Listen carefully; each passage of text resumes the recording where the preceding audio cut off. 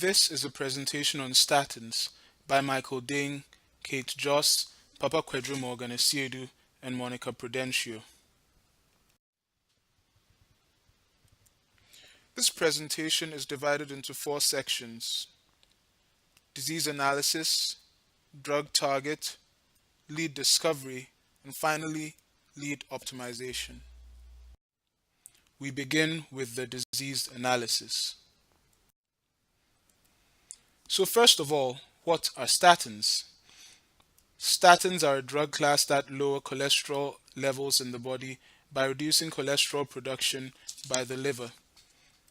They do this by inhibiting the first rate-limiting enzyme of the cholesterol biosynthetic pathway. We will talk more about this pathway in the course of this presentation. Statins inhibit cholesterol production, which brings up the question, what is cholesterol? Cholesterol is a sterol found in the body tissues of vertebrates. A sterol is simply a steroid alcohol. The structure on the right is cholesterol, and you can see the steroid backbone, which is comprised of 3 cyclohexanes and 1 cyclopentane fused together. You can also see the alcohol functional group, the hydroxyl group, in red. Cholesterol is found in large quantities in the liver, spinal cord, and brain of vertebrates. It is an important molecule in the body. It is used in cell membranes to provide stability, and it is a precursor for the synthesis of vitamin D, as well as the steroid and sex hormones. If cholesterol is so important, then why would we want to reduce the level of cholesterol in the body? High cholesterol or hypercholesterolemia is bad, even though cholesterol is important in the body. Cholesterol is insoluble in the blood and is transported in lipoproteins. There are 2 kinds of lipoproteins: low-density lipoproteins or LDLs and high-density lipoproteins or HDLs. High LDL levels cause atherosclerosis, which is the hardening and narrowing of the arteries due to a buildup of cholesterol and formation of plaque in the arteries. Narrowing of the arteries, coupled with blood clotting, can result in a heart attack or stroke. Now let's look at some of the global effects of hypercholesterolemia. High cholesterol is a major risk factor for cardiovascular disease, which is the leading cause of death in the world, causing 17.5 million deaths in 2012. Furthermore, high cholesterol causes 1/3 of ischemic heart disease cases in the world. High cholesterol is responsible for 2.6 million deaths globally, and it causes 29.7 million disability-adjusted life years, or DALYs, according to the World Health Organization.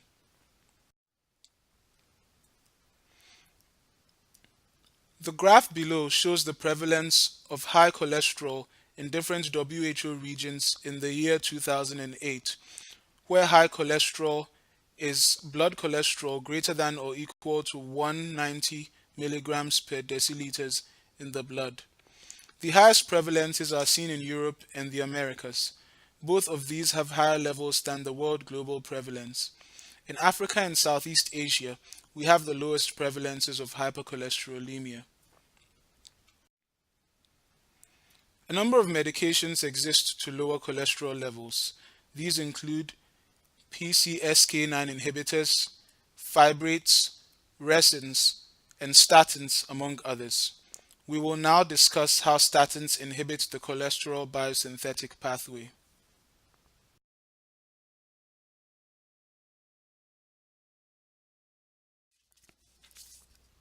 Before we examine where statins intervene and how they function, we must first investigate how the body synthesizes cholesterol naturally.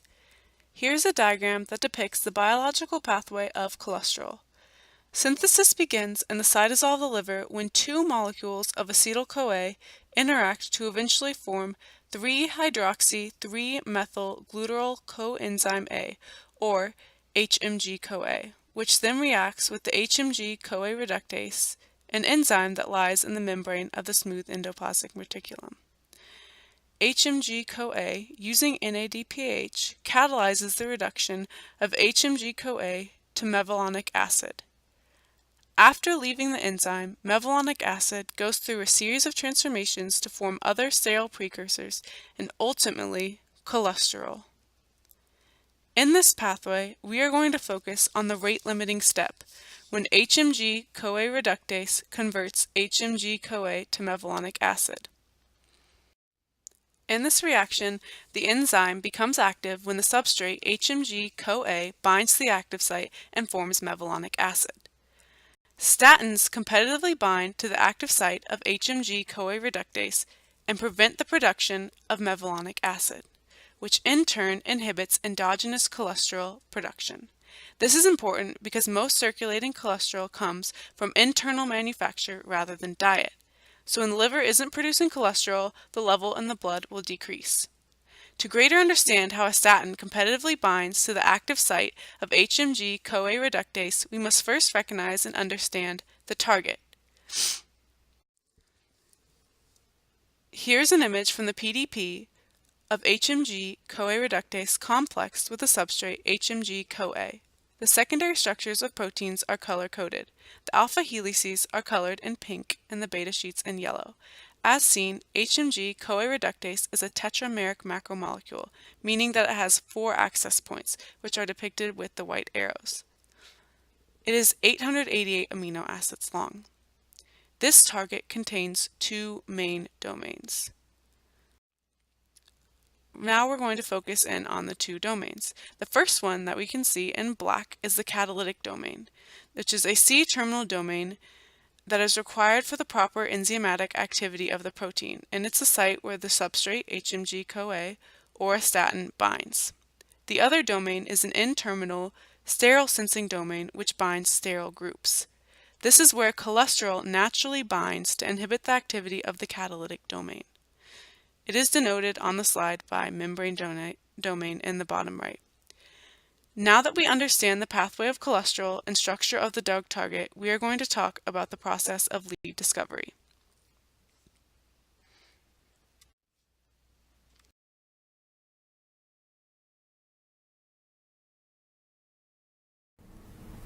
The major steps of cholesterol biosynthesis had been determined by 1960.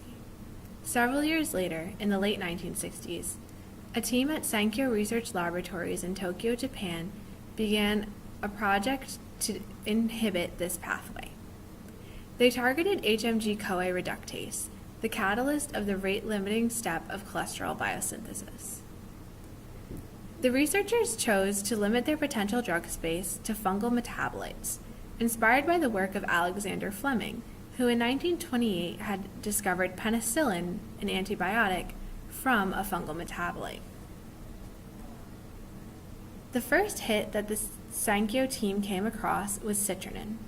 Citrinin was a previously known substance and was now found to inhibit HMG-CoA reductase.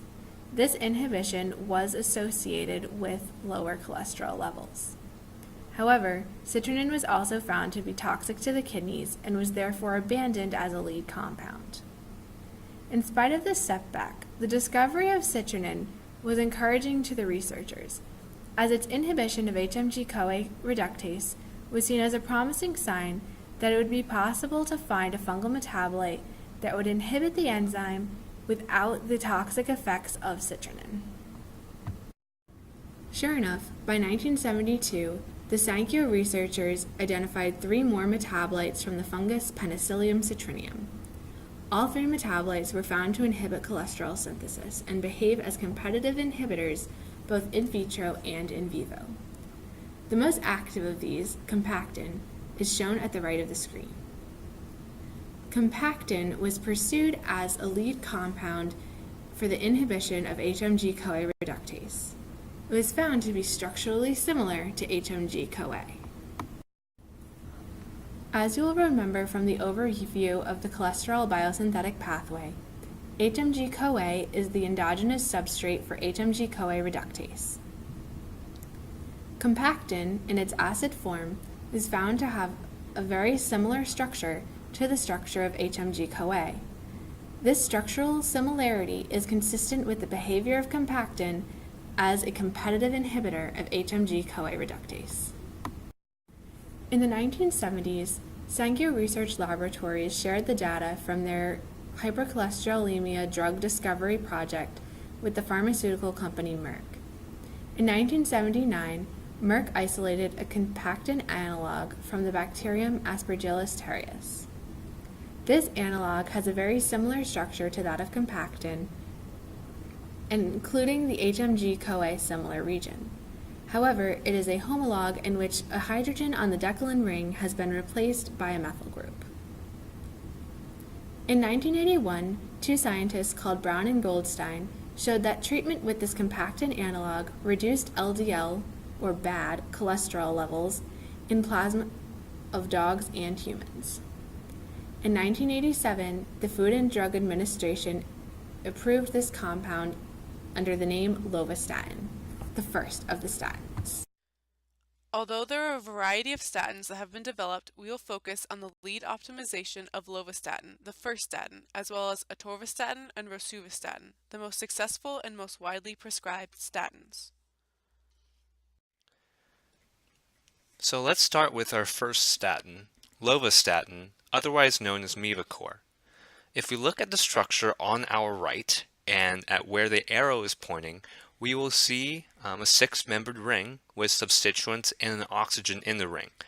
This is the pharmacophore of lovastatin, and its structure resembles that of HMG-CoA very closely. Some general information: lovastatin is a natural product. In other words, it was derived from fungal metabolites. Its half-life is 1 to 2 hours. This is a very short half-life, and what it means is that time of dosing is not very flexible. Patients can't take it at any time they want. They need to take it close to when they go to sleep, because it's during their time of sleep that endogenous biosynthesis of cholesterol occurs, and so they must take it right before they go to sleep for the statin to exert an effect. Also to note, CYP3A4 is one of the major types that metabolizes lovastatin, and lovastatin is not as potent as later versions of statins that we will discuss later. Now we are on to our second statin, atorvastatin, otherwise known as Lipitor, our big blockbuster drug. If we look at the structure on our right and at where the arrow is pointing, we will see a dihydroxyheptanoic acid moiety hanging off of the larger molecule. This is the pharmacophore of atorvastatin and of the synthetic class of statins in general, and it allows it to competitively bind and inhibit HMG-CoA reductase. Some general facts: atorvastatin is synthetic, so unlike lovastatin, it was not derived from fungal metabolites. Its half-life of 14 hours is much longer than that of lovastatin, and what this means is there's much more flexibility with regards to when one takes atorvastatin. Patients don't have to take atorvastatin right before they go to bed, but rather they can take it at any time of the day. Also to note, atorvastatin is metabolized by CYP3A4 majorly, and its pharmacokinetics are not affected by renal dysfunction. Atorvastatin doesn't seem to undergo heavy renal clearance, and what this means is that atorvastatin can be given to patients who have certain renal pathologies. On to our last statin, rosuvastatin, also known as Crestor. Once again, if we look at the structure on our right and where the arrow is pointing, we will again see the dihydroxyheptanoic acid moiety hanging off of the larger structure. This is the pharmacophore of rosuvastatin.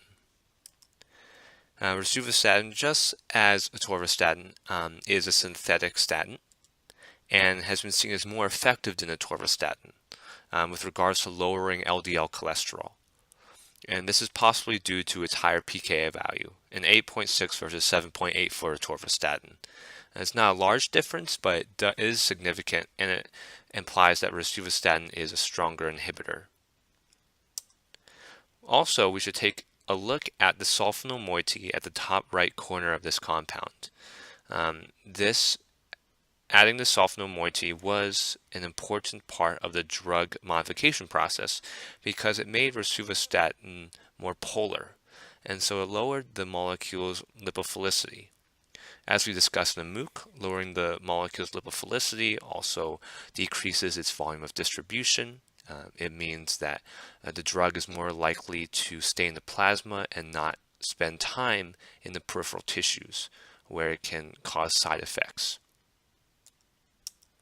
Also to note, rosuvastatin is not heavily metabolized by CYP3A4, and its half-life is longer than even that of atorvastatin, 19 hours, and so rosuvastatin, just like atorvastatin, can be taken at any time in the day. So we've talked a lot in today's presentation and given you a lot of information. In summary, we discussed hypercholesterolemia and CVD and how statins lower LDL cholesterol. We have also discussed the drug target, how statins competitively inhibit HMG-CoA reductase. We've also discussed lead discovery, talking about compactin and lovastatin. And we've discussed lead optimization, highlighting 3 compounds: lovastatin, atorvastatin, and rosuvastatin. Thank you for your time, and we hope you enjoyed this presentation.